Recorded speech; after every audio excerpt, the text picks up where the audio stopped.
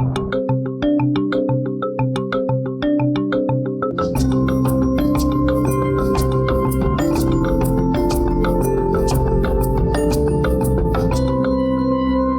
India grapples with an energy crisis like many nations around the world, the focus and importance of renewable energy is the headline today. In this context, we're talking today about GE that has completed 120 years in India. They work in three major areas, one on renewable energy, one in precision healthcare, and also in the future of aviation. Mr. Palashikar, great to speak with you once again, and at a time where we're looking back on this momentous journey of General Electric. So let me begin with that. GE is now completing 120 years in India itself. Tell us about this journey in various sectors and how GE has become an integral part of the Indian ecosystem.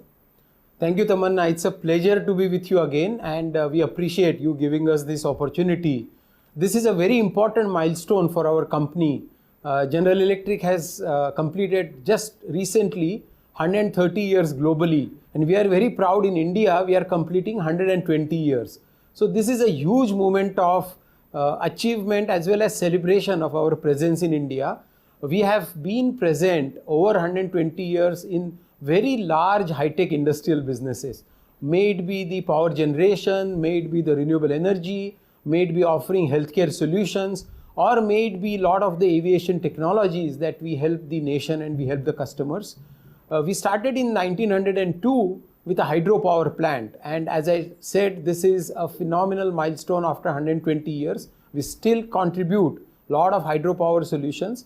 Over the 120 years, the capabilities, the skills, the contribution of our colleagues, the GE company, the footprint that we have in India has continued to grow. We have been across transportation businesses, financial services, as well as the businesses that I mentioned to you. So we eagerly look forward to continuing our contribution to the nation.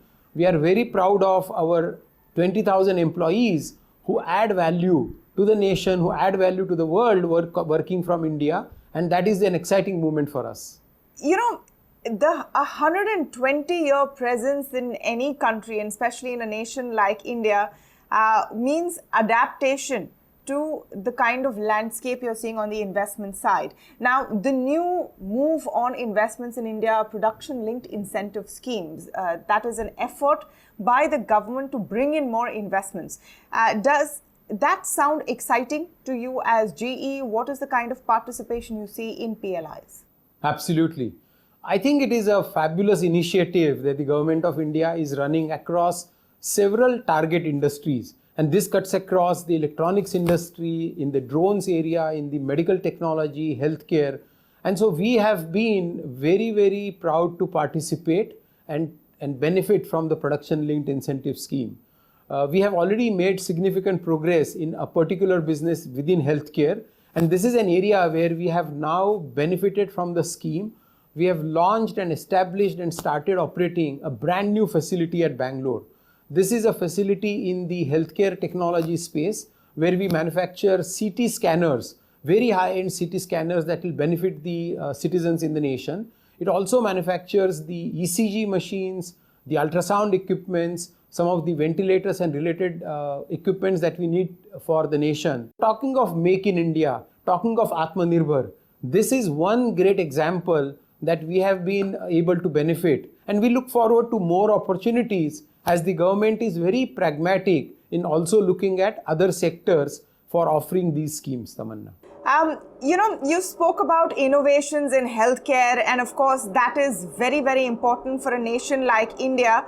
But I think the other topmost priority now is India's energy needs. We are going through a power crisis. The push for renewable energy has grown. But give us a sense of the implementation side. For example, renewable energy is connected to grids. Where do we improve on that system so that more and more people can switch to cleaner energy in a safe and cheaper manner? I think the economy has picked up significantly post the pandemic. That also means that our country, our industries, our citizens are consuming more power. The peak power demand has gone up to the levels I have never seen in my last 15-20 years in the energy industry, Tamanna. What it means, it's a very sharp reminder to us that the nation is going to have probably the highest GDP in the economies that we are in, the size of the economies that we are in, and that will mean higher power demands, that will mean higher power consumption, and that will mean that we will have to move very rapidly to the renewable energy solutions. That also means that you look at the conventional power generation and you focus on improving the air quality, you improve the emission controls for the conventional power. It also means executing the renewable energy projects, may it be wind projects, may it be the solar projects, or may it be the round-the-clock hybrid. We will have to implement these projects to achieve what we need to achieve in terms of energy security for ourselves. We fortunately are positioned as a company to offer leading technologies, may it be hardware solutions for the technologies in renewable energy, may it be the hardware and software solutions to improve the asset performance or to make the grid more stable. So this is an exciting time, but these are challenges we must take head on and address them and improve. So in the context of power crisis, energy shortage, the debate has somewhat moved to the question of whether we should continue to depend on traditional thermal energy, till renewable picks up. I want your view on this and also to talk about the hydrogen piece. There has been a very clear new hydrogen policy unveiled recently. Do you believe hydrogen can come in and really help with some of those energy needs? What's your forecast on that? There is no going back, Tamanna. The nation cannot go back. The world cannot go back. We will have to move rapidly and do this transition. At the same time, suffice it to say that coal is still going to be a large part of energy generation. Today we are 70% or more coal generation. The Central Electricity Authority has forecasted that even in 2030, we will still be 55% coal-fired generation. So the fact of the life is the percentage may come down, but the absolute coal-fired power plant capacity from 22 to 30 will in fact go up, which means we will have to address the coal-fired generation and focus on the SOx and NOx, the bad gases which are emitted from the coal-fired power plants. We'll have to bring them down.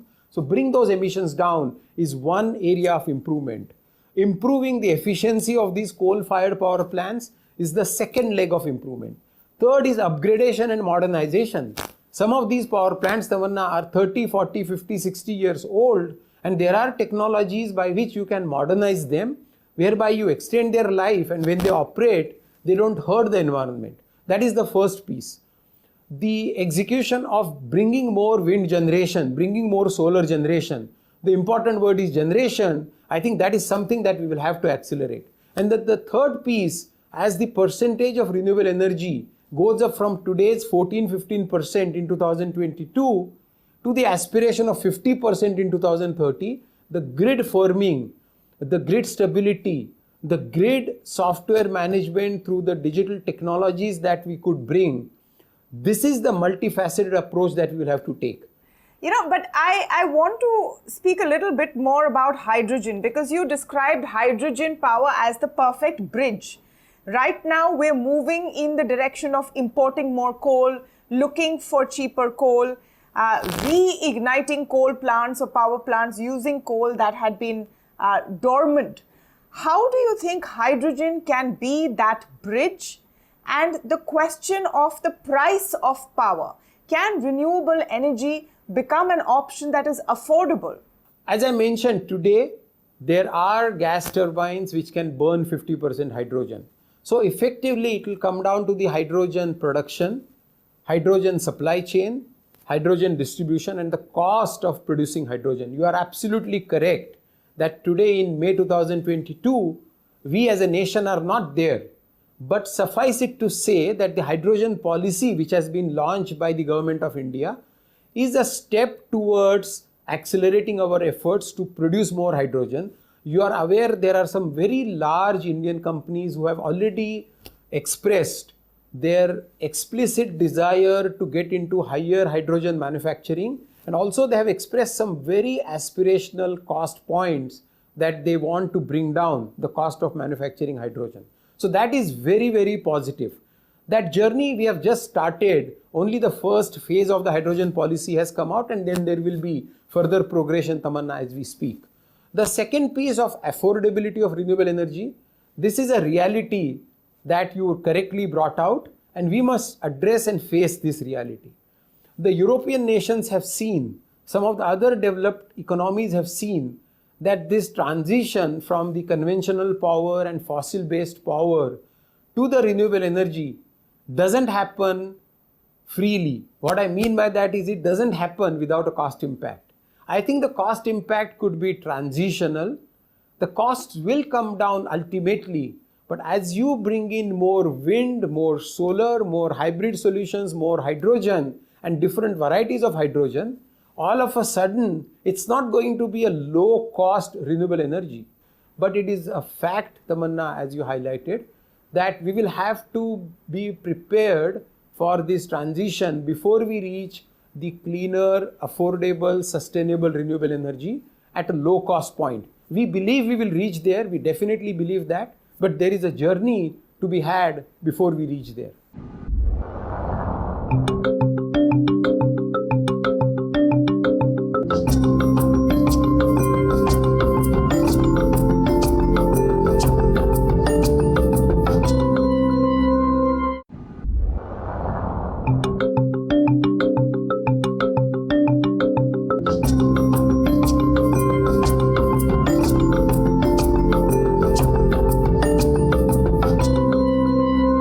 You spoke about three parts of GE's focus in India: the energy, renewable energy part, which, as you said, we've discussed in detail, aviation and precision health. I want to focus now on the aviation bit of it.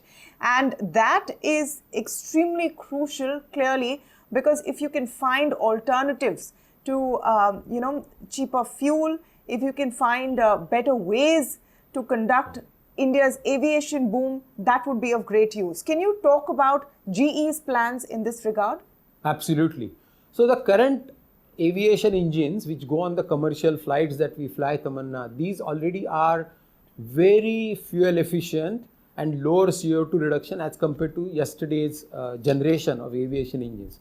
Today we have almost achieved 15% to 20% better fuel efficiency, lower emissions. But the real breakthroughs that we are looking at are in two areas. There is a specific focus on how do we look at the next couple of decades and bring in a breakthrough technology solution. And this solution will have significantly better offerings in terms of the fan architecture, in terms of the design of the engine that will bring the consumption down. That is one area that we are working on. The passenger traffic for the commercial aviation in India is expected to grow by all estimates threefold, Tamanna, and which is great. The economy will grow, the business travels will grow, the leisure travel will grow, and we look at this as a fantastic opportunity where the breakthrough that we are focused on through the RISE program with CFM will enable to bring some of the most efficient technology solutions for the commercial aviation. And it is important for you to mention that GE in India contributes tremendously to this effort. We have more than 1,000 engineers and technologists. We are very proud of this contribution. They work in India, but they don't work only for India, Tamanna. They work in our Bangalore John F. Wells Technology Center, designing these breakthrough aviation technology solutions for India and for the world.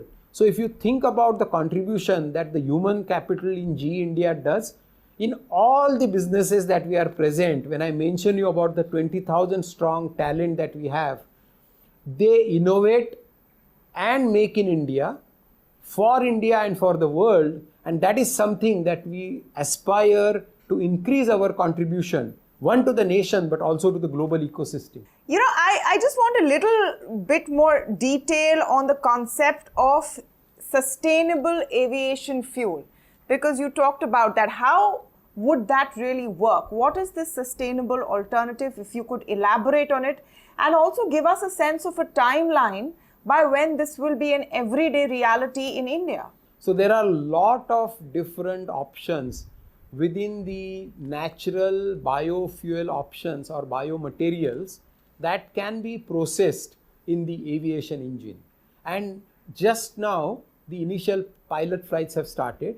So I would not claim that there is tremendous progress that has been made, but the positive heartening thing is already the pilot flights have started. And as I mentioned, very large airlines are now focused on looking at different options of the biofuel, which means these are biodegradable. They do not have any harmful impact on the nature, and that is how they take us to net zero. There are several different options that are being considered. The challenge I think the industry currently is looking at, Tamanna, and this is what we are focused on solving, is which fuels will be most efficient. I think on the timelines that you rightfully asked, probably this is going to be a 20 to 30 years before everybody sees every day a biofuel, 100% sustainable fuel being flown on the commercial engines. So I would not have very sharp timelines, but that indication will tell you the journey that globally as well as a nation we will have to take on the biofuels, Tamanna. Well, it's definitely a big step and a right step in that direction. We need to get there eventually. I want to speak a bit about the healthcare aspect of your businesses here in India. Now, if we can start with talking about the CT system, which is completely made in India. Give us more detail on that and how it can strengthen access to quality healthcare even outside the cities. Absolutely. So there are various aspects of healthcare that our GE healthcare team in India, in South Asia does. Let me please address 2 or 3 important ones out of them. First, the important news is we just inaugurated on 31st March Wipro GE manufacturing medical device manufacturing facility. So it's called WGEMDM. This is a facility which is completely leveraging the skills and capabilities and talent of women on shop floor. The entire shop floor has women employees, and we are very proud of having a local facility benefiting from the PLI scheme that the government has launched, and very smart women talent producing these equipment, medical devices on the manufacturing shop floor in our Bangalore facility. This facility has 100 crores of investment that we have already put into it, and it is going to manufacture a lot of the equipments that the Indian healthcare system needs. Now, this is more on the medical technology and medical devices, the various medical systems that we will manufacture here. And the most important one will be the focus on bringing reliable and affordable quality healthcare solutions for our nation. So somebody in a remote village may not be able to have the latest CT scanner or the X-ray equipment, all the ultrasound technology, but whatever they have, and there are some fabulous handheld ultrasound scanners, our team in India has designed, developed, and they have launched it for India and for the world. So some of these solutions in the remote can capture the image. The image can be then transmitted through the internet to an expert who can be in Mumbai, who can be in Bangalore, and the expert then can provide much accurate clinical diagnosis and clinical treatment. This is something that will need to be ramped up. As you look at the National Digital Healthcare Mission, I think a lot of these solutions is what our team is focused on. We have a fabulous program called as Edison X Accelerator. We partner with Indian companies. We partner with Indian entrepreneurs in the startup space, and we coach them, we mentor them, we handhold them to bring their ideas, to bring some of their breakthrough solutions for benefit of the larger community. So this is a wide gamut of healthcare solutions, Tamanna, that we continue to develop and take these solutions to every citizen. Well, here's to more accessible and affordable healthcare across all parts of India, boosted by technology. We hope there is more of this innovation that will help ordinary Indians. With that, I want to thank you, Mr. Palashikar, for taking out the time and speaking to us on this special program. Thank you. We are so grateful, Tamanna. This is a wonderful opportunity to speak with you. As we mentioned, I'll take a moment to recap. It's a very proud moment for everybody who is in the GE company as well as our stakeholders, and we are grateful to our employees, our stakeholders, our investors, our partners for enabling our success over 120 years. We stay focused on rising to the challenges of building a world that works with best energy transition, enhancing precision health, and enabling a decarbonized future of flight. Thank you so much.